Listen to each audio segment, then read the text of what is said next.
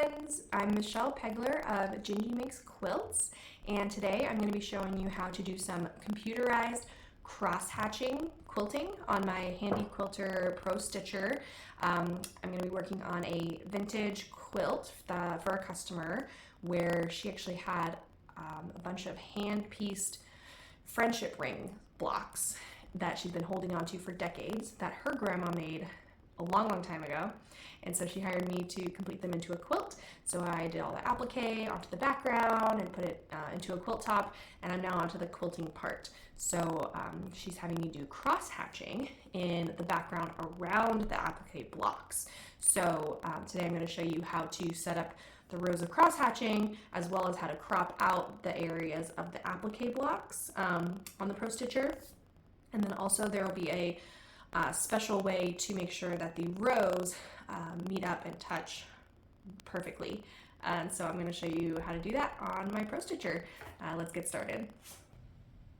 All right, so to get started with an edge-to-edge cross-hatching design, I've first made myself my area that represents my quilt. I'm not going to show you that because I don't have to move the camera out of the way, but if you're not familiar with how you do that, you want to go to the top left of your quilt on the rack, hit the 2-corner button on the area tab, then drag it over to the right side of your quilt, hit the 2-corner, and then you'll have a long skinny area. And to make it as tall as your quilt top, you're gonna change the height over here and type in whatever height is appropriate for your quilt, making sure you have a little bit of extra at the top and the bottom. So just for example, I've set up an area here that is about 89 inches wide and 100 inches tall. Once I've got my area, I'm going to bring in my cross-hatching design. So I'm going to go to File, Design, and I actually have the one I've been using saved here at the first. So I use Three Sisters fabric crosshatch design. When you buy that design, it actually comes with 2 versions, and the 2 versions are named crosshatch 22 by 14. Oh, whoops. Close that. They're called crosshatch 22 by 14 E to E for edge to edge, no sew, and then crosshatch 22 by 14 E to E retrace. So I like to use the retrace because that actually allows you to connect the cross-hatching segments start to finish so that they can all be considered one edge-to-edge design. And it does do a little bit of retracing, but not that much. It retraces on one line going this direction in the crosshatch and one line going this direction. Other than that, there's no traveling or retracing, and it quilts out really nice. So we're going to go ahead and open the retrace one here. And so you can see, I'll zoom in on that a little bit so you can see how this looks. So it's going to show me the design. And as you can see, the green dot here is where it's going to start quilting. Excuse me. And the red is where it finishes on this whole crosshatch. It also shows you the size over here. So its default is going to be a 22-inch wide, 14-inch tall. For me, I have the Avante. So the Avante is a 16-inch throat space, but with the bars in the front and back, I really only get like 13 or 14 inches of usable quilting space. So for me, a 14-inch design is too big because by the time I'm getting near the end of my quilt and the fabric has rolled a lot around that back bar, it is going to run out of space. So what I do whenever I'm doing an edge to edge is I make sure that the height on my design, I usually go 11 inches or smaller. So what we're going to do first is modify this to be a little bit smaller. So I'm going to go to the Modify tab. I'm going to do a resize. Make sure that's in screen so you can see. We're going to do resize.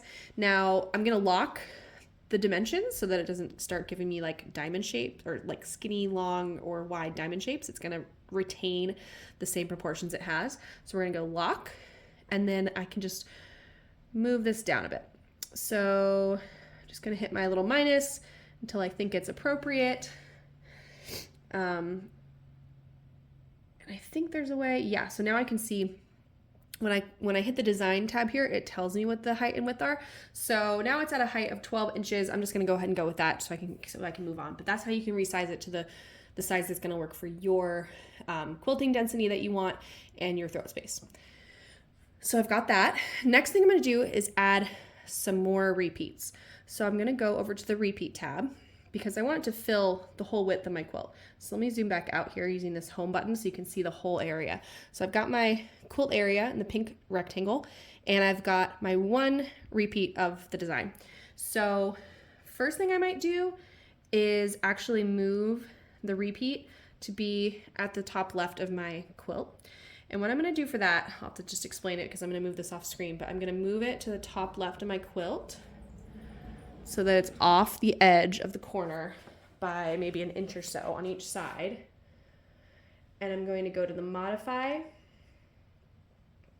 and I'm going to go to reposition, and then I will say top left button. And I'll come and show you what that did.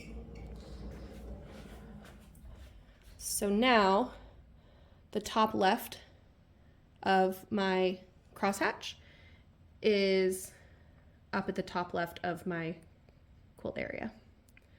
So you can see that. And if I want to, I can nudge it a little bit. You know, maybe I'll move it over just a little bit more to really make sure it gets off the edge. And then maybe nudge it a bit down so it's not doing so much extra quilting off the top. Okay. So I've got one, right? Now I'm gonna go to the repeat. Let's hit home so we can see the whole thing. I'm gonna go repeat. So I'm gonna add some horizontal repeats here. We'll just see how many I need to fill the space. So I'm gonna go ahead and I'm on the horizontal. I'm gonna press that a few times. Looks like I need 5 repeats. And I'm going to engage this P to P, which stands for point to point, so that those can quilt continuously and it won't have to stop or put a gap between that entire row of quilting. So you can see now the start point is still on the left and the end point is now on the right side. Okay, this is a really good time to baseline your design. So I'm going to go to modify, baseline. That kind of saves that entire section of quilting all as one thing. And what that allows me to do is now I can duplicate that one thing. So I can go to edit and I'm going to duplicate. So it's currently selected. You can tell because it's like the darker lines. I'll show you what it would look like to unselect this. So this is what it looks like when the design is selected. If I'm to unselect it and just click somewhere or tap somewhere off the design, you can see it goes to like a really light gray. So that means I have not selected that design or any design right now. So I'm going to turn it back on, select my design. I'm going to duplicate the design. So on the edit tab, click duplicate, and that's going to make another copy of the same exact row, same size and everything.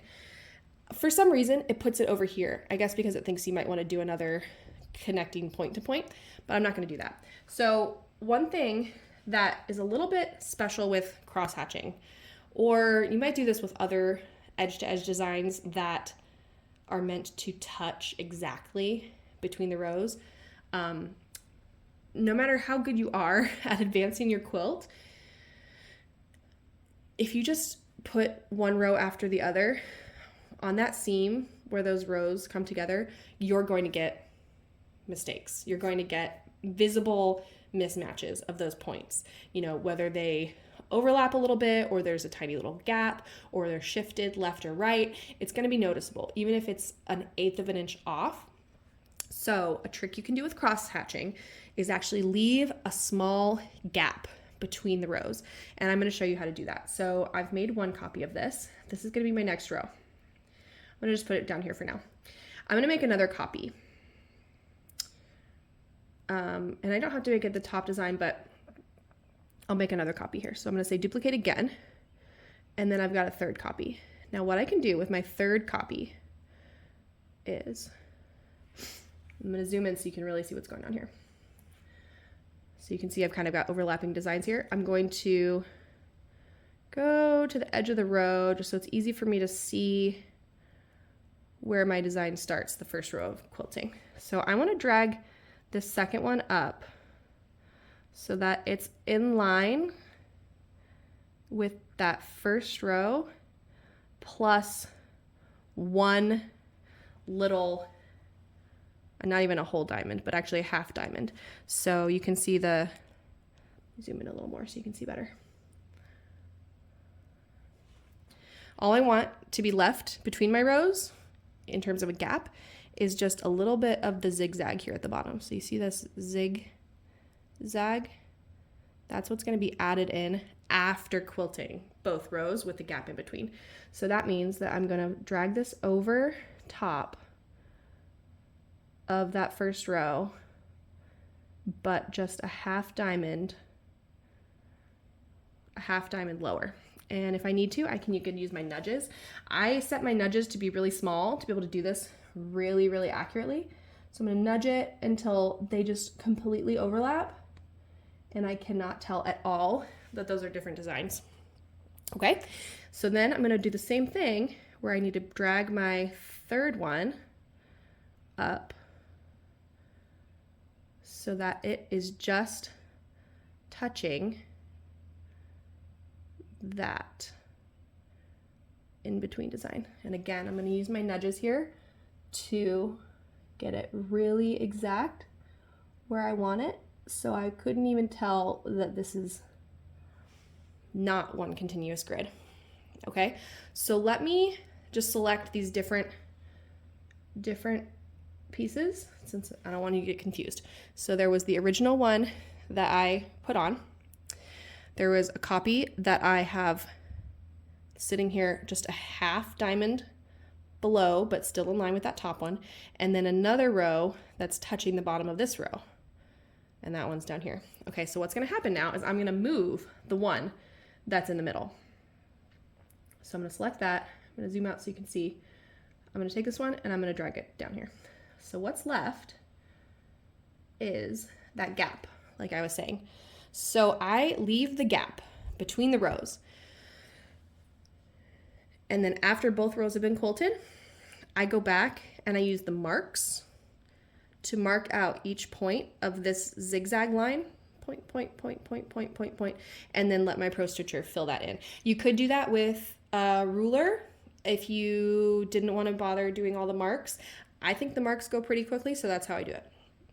And so that is how you're going to want to fill your entire quilt area, is that exact process. You're going to want to make enough copies so that you can leave that gap between every single row all the way down your quilt top. And then you're all ready to go for quilting. All right, there's a bit of a glare on the screen. I'm going to try to avoid it to explain what I'm doing here. So I already have the top half of one of these blocks outlined, and that's from the prior row that I quilted. But I need to go through now that I'm on this row of quilting, cross-hatching, I'm going to outline the bottom half of the shape and then crop out that area so that when it quilts the cross hatches, it's going to skip over that area. And the way we do that is just go point by point. So I'll find the first point I want to start somewhere up here. And I usually like to start in the gap area so you can see, that my crosshairs are in the gap between the cross hatching rows. So I'll probably start right about there. And once I'm over the spot I want, I'm going to, again, use the mark button. So I'm gonna, I'm gonna actually go to the area. This is where we use area multi-point. So we just keep hitting multi-point every time we add a new point to the area. And it's gonna give us that little ding. Okay, so I will continue through that and then show you how to crop it. So I've completed the whole outline that I want to do. Now I'm going to go to Modify, Crop, and I do inside because I want it to take out all the inside cross hatching from this area that I just made. So I'm going to hit inside, and then I'm going to do edges, which means it's not going to jump across these big gaps. It's going to go around the edge. Okay. Now, what that does, I don't know if it's, and then what I'm going to do too to save that is I'm going to baseline, and then I can take out the area shape. So I'm going to say under area, I'm going to say clear. That's going to get rid of this pink outline. Now what you'll notice is that because it was the edge of the area, and I said to go on the edges, there's this black line that goes across my shape. I want to get rid of that too. So I do one more thing to get rid of that, and I'm going to make another multi-point area where I kind of go just above that black line and just over here, because essentially I want to cut out that line so that it doesn't quilt back and forth over my applique. Do another multi-point over here. So get rid of it. I essentially make a long skinny rectangle that outlines it.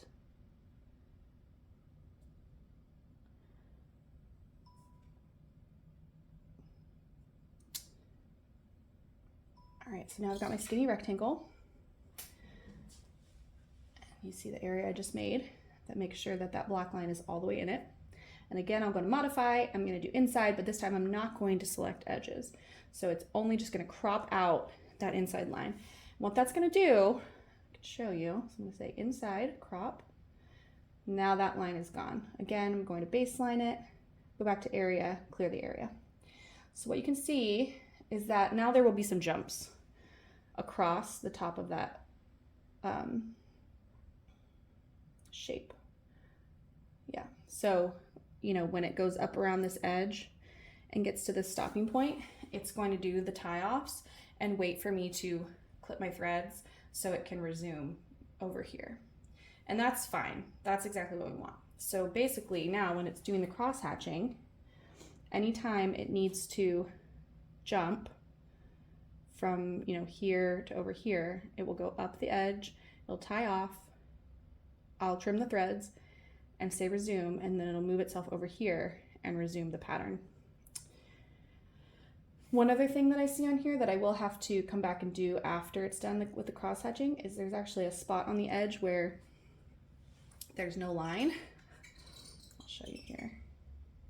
Just with how the crop works, you can see that there's kind of missing a line on the outline of that shape.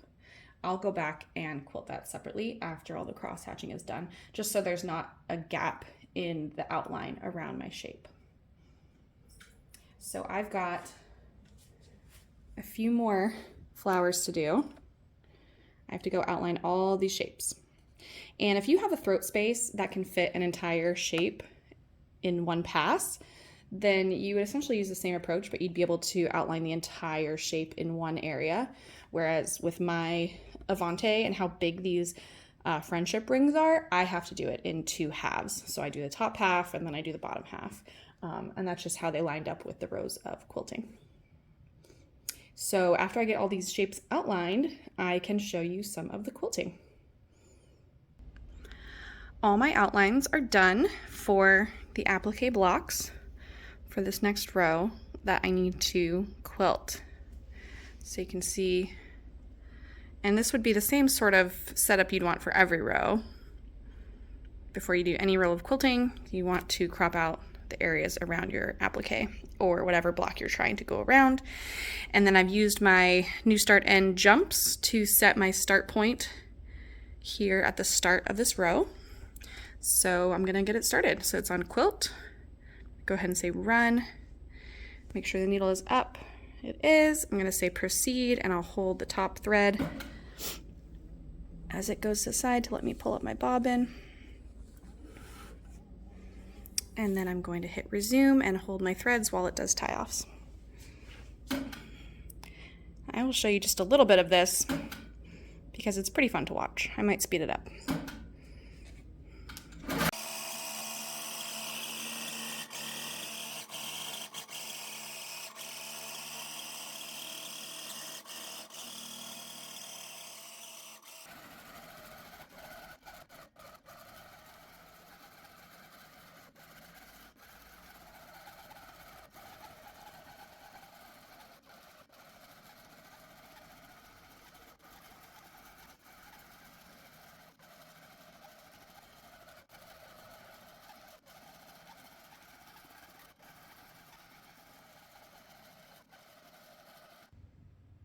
So you can see the cross hatching on this row is nearly done.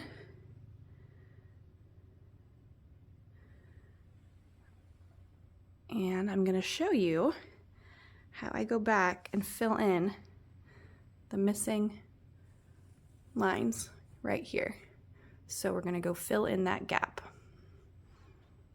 So to fill in this gap, I'm going to go point by point with my machine, find all the points that I need to get to, start on one side, and then just go across to the other. So I'm going to start it.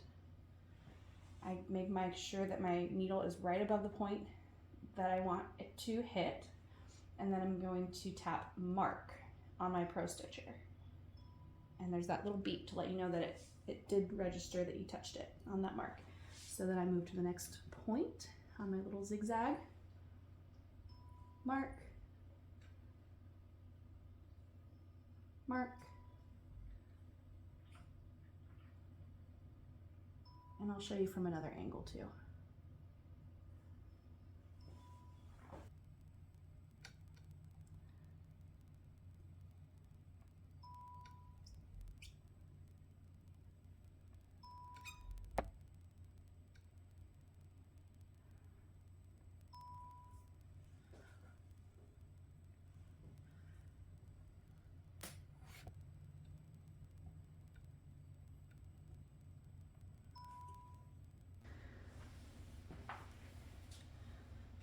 So you can see this is just drawing a zigzag line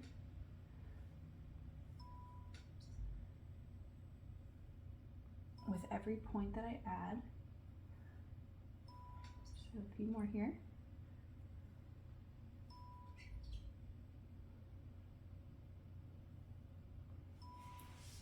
All right, we got last point, and then I'll let you watch this stitch out.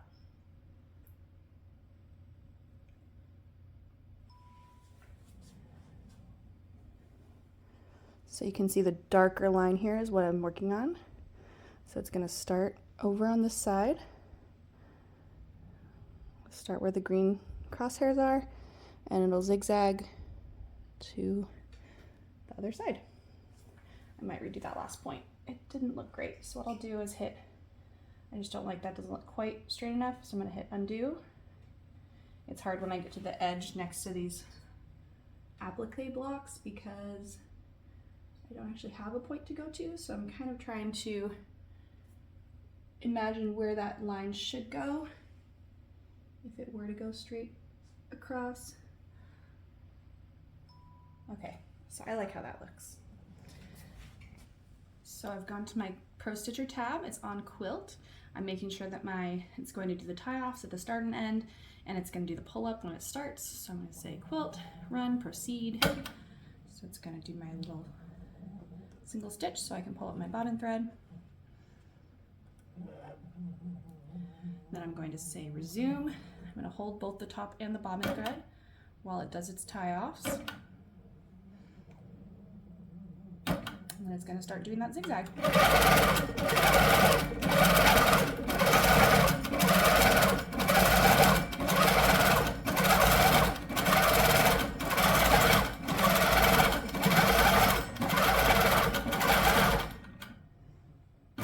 And some more tie-offs at the end.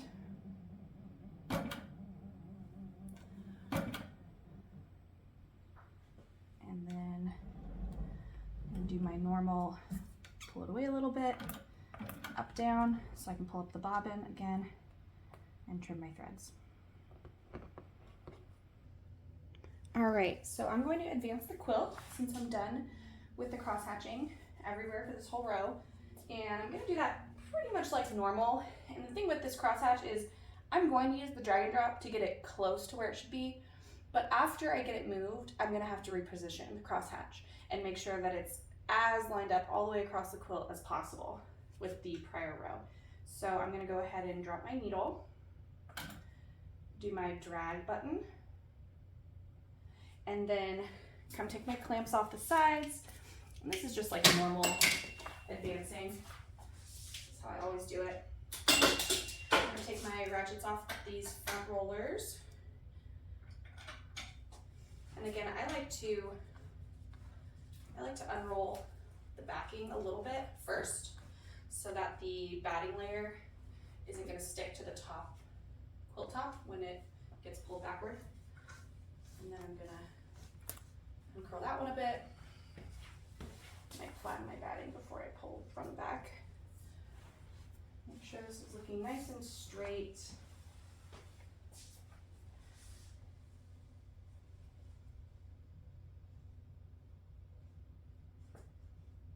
Sorry, I've got some dark little pieces of lint I want to get off the batting because it's going to show through the white on the front if I don't. Okay. And so I actually don't like using the hand crank because what that does is that pulls the fabric and then the needle gets left behind, and so it kind of stretches where the point of the needle is. So instead, what I like to do is I like to come from behind the machine and I use my hands to just roll so that I can move the machine and the fabric at the same time so that it's not going to pull at all on that quilt top where the needle is buried. I'll come through here, I'll smooth it out a little bit just to make sure it's rolling nicely. Keep going.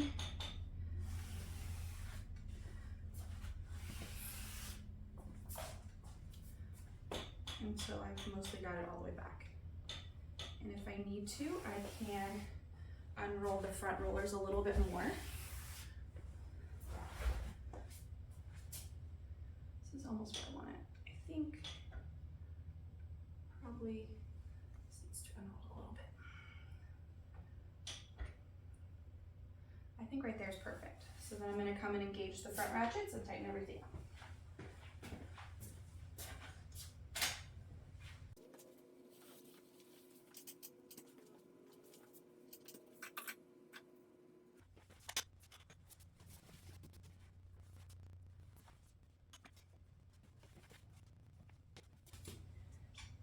So before I hit drop, I want to make sure that the needle's not pulling in any sort of direction. I think that looks great. So I'm going to say drop, and then I'm going to baste down my edges like normal. All right, I've got my edges basted. Now I'm going to just reposition the quilt a little bit so that I am really well in line with the previous row.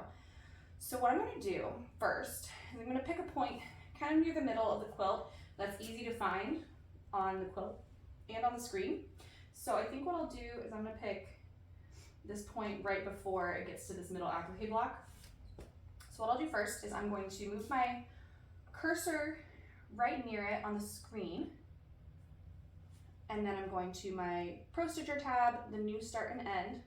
I'm going to hit under the start, I'll tap auto twice, so it moves the start point right to that little dot.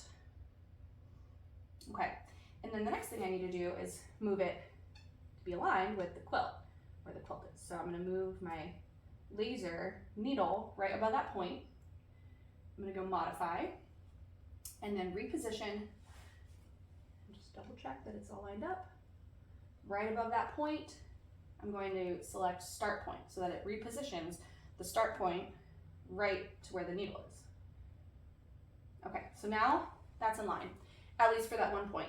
Now, there is going to be a little bit of mismatch across the quilt, and so here's how we deal with that. So I'm going to start by going left. So I'm going to just go along, and I'm going to take a look at how close we're getting to this previous row being lined up. That looks pretty good.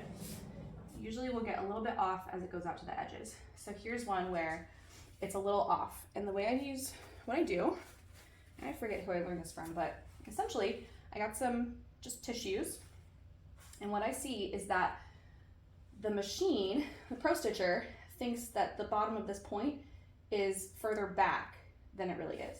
So to fix that, I just stick a little tissue under here so that they line up a little better. That's perfect. And then we'll see how it is out to here.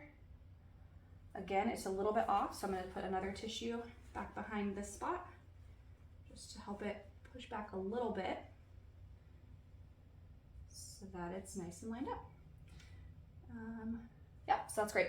So I'm going to go do that on the other side also.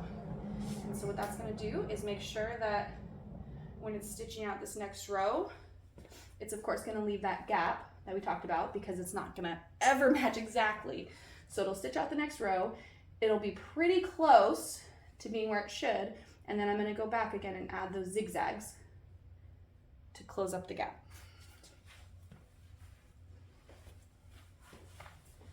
So we'll check this side, check a few points, and see where I might need to add a little extra tissue buffer.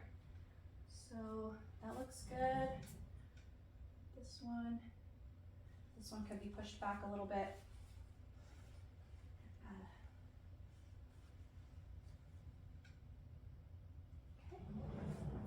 And out to the edge. And again, this needs a little help.